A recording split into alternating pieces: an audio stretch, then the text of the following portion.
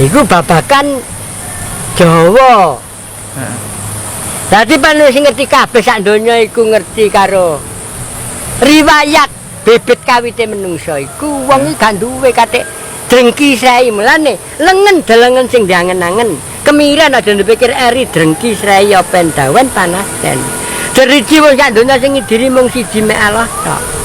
diwalek iki epek-epek pen gegemen sing rapet ya sudah iki raja-raja iman slamet lek iman ya slamet rambut ngerama barang sing lembut bathuk obane sing kasih kepethuk pilingan kudu sing duwe eling mata ngemot barang sing nyata alis iki alas lho alase kok ketemen pedhok kancane gak kemtakon alise kok merengutae karo kancane gak kemtakon lho ana gandaruwune lek mulane idep tembung idep iki aja idap-idapi maksudnya pripun maksude aja domeane saiki sik enom sik ganteng kok ngenyekan karo wong wedok gak oleh aja idap-idapi domane sik dadi penjabat engko leleren di stasiun dadi penjabat dadi menung masyarakat lumrah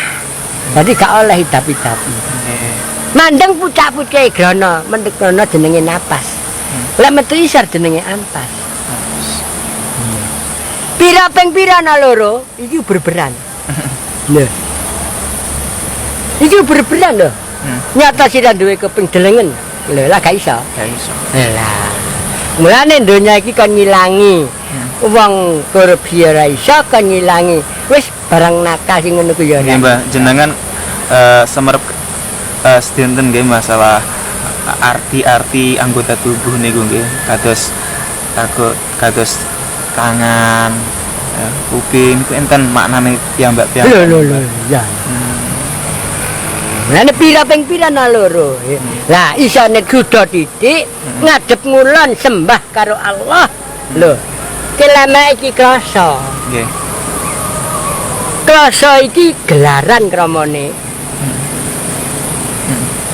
direwangi nglosot-nglosot Allahu Akbar suci gelar nang donya gelar sing apik dadi contoh sing apik nggih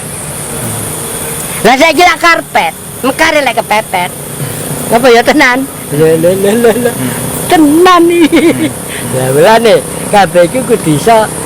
nata awak iki nata omongan iki ya apa mulane gak oleh ngremehna sak padha-padha pedhok pisan misanan pedhok pindho-mindoan sak donya iki dulure kabeh tunggal Bapak Adam Ibu Hawa nggih apa sih lek riya iki salaman kok lahir batin kok padha-padha niku pripun sing padha apane sing padha iku rasane sampean dilatuyah lak asin aku ya asin oh rasane padha lek wis duwe rasa sing padha aja kasih